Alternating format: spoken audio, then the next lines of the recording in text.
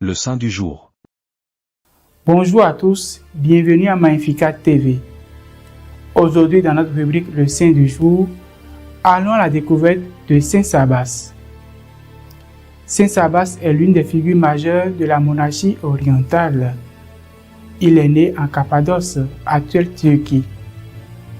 Il quitta sa famille à un jeune âge pour entrer dans un monastère. Désireux de vivre une stricte ascèse, il se retira en Palestine et devint un ermite renommé pour sa sainteté et pour sa discipline spirituelle. Avec le temps, de nombreux disciples se rassemblaient autour de lui, ce qui le conduisit à fonder en 483 le célèbre monastère lors de Massaba près de Jérusalem. Ce monastère devint un grand centre de prière, d'études et d'influence religieuse. Ce monastère joua également un rôle clé dans la préservation de l'orthodoxie chrétienne. Saint Sabas fut également un ardent défenseur de la foi face aux hérésies de son époque, notamment le monophysitisme.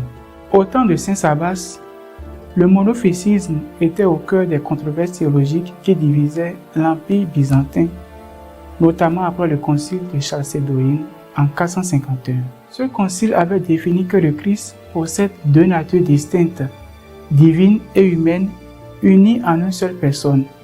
Mais cette doctrine ne fut acceptée par tous. Respecté pour sa sagesse, il fut envoyé comme ambassadeur par les moines auprès de l'empereur Justinien pour défendre leurs intérêts spirituels et matériels. Malgré ses responsabilités, il continua de mener une vie de grande simplicité et d'humilité, inspirant par son exemple. Saint Sabas mourut en 539 à l'âge de 93 ans. Il est célébré le 5 décembre dans l'Église catholique et il demeure une figure incontournable de la monarchie et de la sainteté.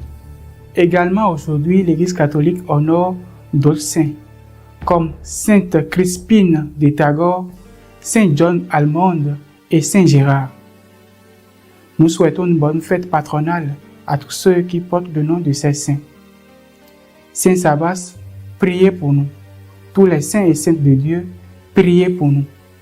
À demain, s'il plaise à Dieu.